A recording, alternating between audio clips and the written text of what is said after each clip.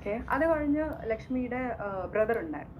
ലക്ഷ്മിയുടെ ബ്രദർ ആവശ്യത്തിൽ കൂടുതൽ വീഡിയോസ് വേറെ ഇടുന്നുണ്ട്, പുള്ളിക്കകത്ത് കയറ്റാൻ പറ്റും. പക്ഷെ ലക്ഷ്മിക്ക് എന്താ തോന്നുന്നത്, ലക്ഷ്മിയുടെ 2 വയസ്സായ കുട്ടിയെ നമ്മൾ ഒറ്റയ്ക്ക് പുറത്തെടുത്തു? ഹലോ, ലക്ഷ്മി ഔട്ടായിട്ട് പുറത്തിറങ്ങിയ സമയത്ത് ബിഗ് ബോസിൽ തന്നെ കൊടുത്തൊരു ഇൻ്റർവ്യൂവിൽ പറയുന്ന ചില കാര്യങ്ങളുണ്ട്. ഇതിനു മുമ്പ് ഈ ഭർത്താവ് എന്ന് പറയുന്ന ഒരു മഹാൻ വന്നിട്ട് പറഞ്ഞൊരു കാര്യമുണ്ട്, ഞങ്ങൾ ഡിവോഴ്സ്ഡ് അല്ല, ഞങ്ങൾ ഡിവോഴ്സ് കേസ് എവിടെയും ഫയൽ ചെയ്തിട്ടില്ല എന്നുള്ള ഭയങ്കരമായിട്ടൊരു പ്രസംഗം ഇങ്ങനെ നടത്തുന്നുണ്ട്. പ്രൊട്ടക്ഷൻ ഓർഡർ എടുത്തിട്ട് തന്നെയാണ് ഞാൻ ഹസ്ബൻഡിന്റെ വീട്ടിൽ നിൽക്കുന്നത്. ഓക്കെ, അപ്പോൾ അങ്ങനെ ഒരു സിറ്റുവേഷനിൽ ഇപ്പോൾ ഞാനിത് പറയാത്ത കേസ് പോയി ലക്ഷ്മി ഡിവോഴ്സ് ആയിട്ടില്ല. ഓക്കെ, ലീഗലി ഡിവോഴ്സിന്റെ പ്രൊസീജിയേഴ്സ് നടക്കുവാണ്. ഓക്കെ, എന്തോ വനിതാ കമ്മീഷൻ്റെ അടുത്ത് കേസ് പോയി, അങ്ങനെയൊക്കെ നമ്മൾ പുറത്ത് കേൾക്കുന്നുണ്ട് പല സംഭവങ്ങൾ. സോ അതിലെന്തെങ്കിലും ഹാക്ക് ഉണ്ടോ? ഉണ്ട്. പ്രൊട്ടക്ഷൻ ഓർഡർ എടുത്തിട്ട് തന്നെയാണ് ഞാൻ ഹസ്ബൻഡിന്റെ വീട്ടിൽ നിൽക്കുന്നത്. പ്രൊട്ടക്ഷൻ ഓർഡർ എടുത്തിട്ടാണ് ഞാൻ ഹസ്ബൻഡിൻ്റെ വീട്ടിൽ നിൽക്കുന്നത്. ഹസ്ബൻഡ് എന്ന് പറയുന്ന ആൾ വന്നിട്ട് അന്നൊരു നാടകം ഭയങ്കരമായിട്ട് എക്സിക്യൂട്ട് ചെയ്തിട്ടുണ്ടായിരുന്നു.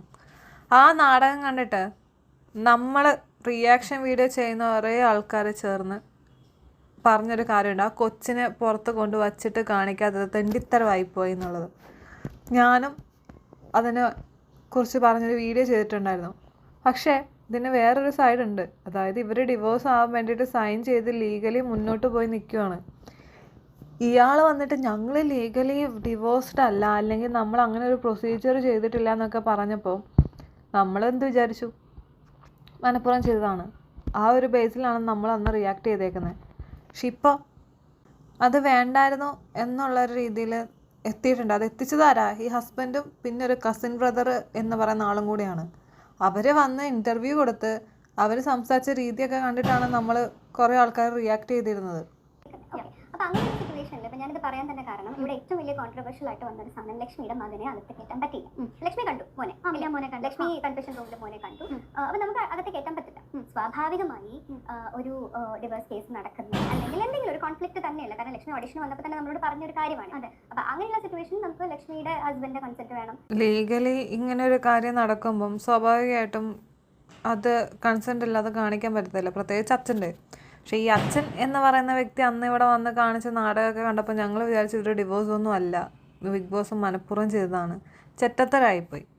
ഈ ഭർത്താവ് എന്ന് പറയുന്ന മഹാൻ കാണിച്ചത് പരമ ചെറ്റത്തരമായിപ്പോയി.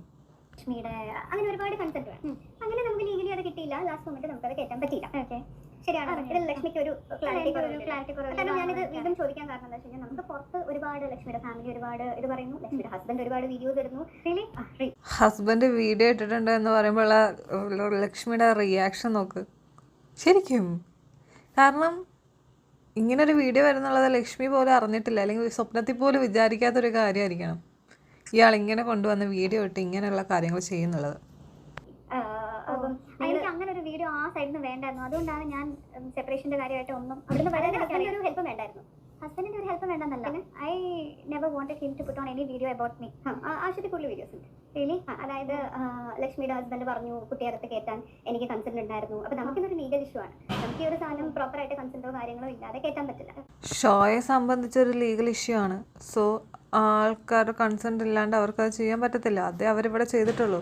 അത് ഇത്രയും വലിയ ഷോ ഇറക്കേണ്ട ആവശ്യം ഉണ്ടായിരുന്നോ ഈ ഹസ്ബൻഡ് എന്ന് പറഞ്ഞ വ്യക്തിക്ക്?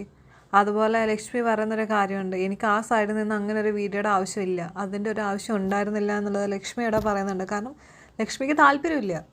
പിന്നെ എന്തിനാണ് ഇങ്ങനെ വന്ന് ഷോ ഇളക്കിയത്? തിരിച്ച് ലക്ഷ്മി ഇറങ്ങുമ്പം ചിലപ്പോൾ ഒരു സഹതാപം അല്ലെങ്കിൽ വേറെ വല്ലതൊക്കെ കിട്ടും എന്ന് കരുതിയിട്ടാണോ? അത് കഴിഞ്ഞ് ലക്ഷ്മിയുടെ ബ്രദർ ഉണ്ടായിരുന്നു.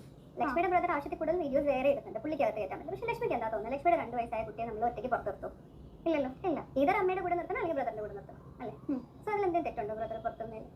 ബ്രദർ പുറത്തുനിന്നതിൽ തെറ്റൊന്നുമില്ല. ഈ ഹാഡ് പ്രോബ്ലം. ലക്ഷ്മി കുട്ടിയെ കാണാതെ വിഷമം വന്നു.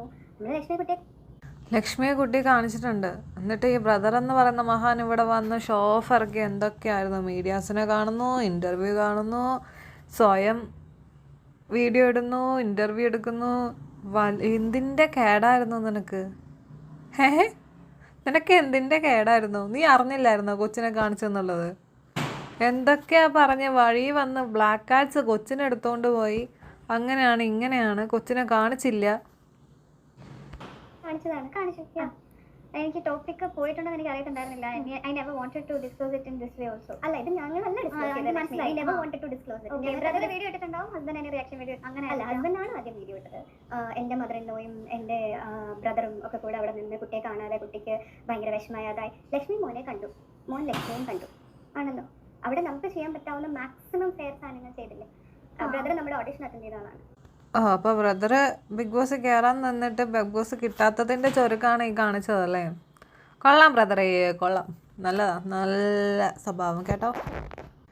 ശരി എന്നാൽ ടാറ്റാ.